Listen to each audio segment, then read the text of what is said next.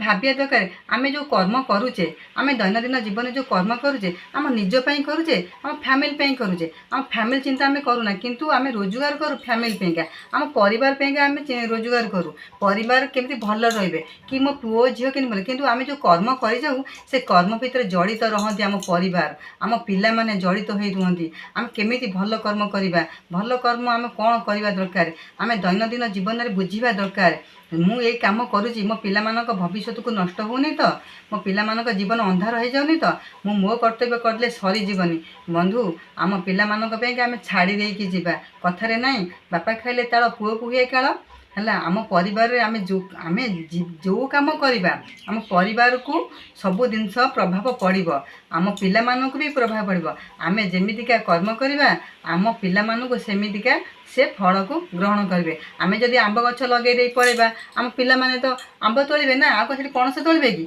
आम से जगह आम आंब गछ लगेगा कि बिछुआती गछ लगे आम जाना दरकार आम आम जीवन शैली को जदि बदल पारिबा आम पिला मानक भाग्य को आम सुधारी पारिबा।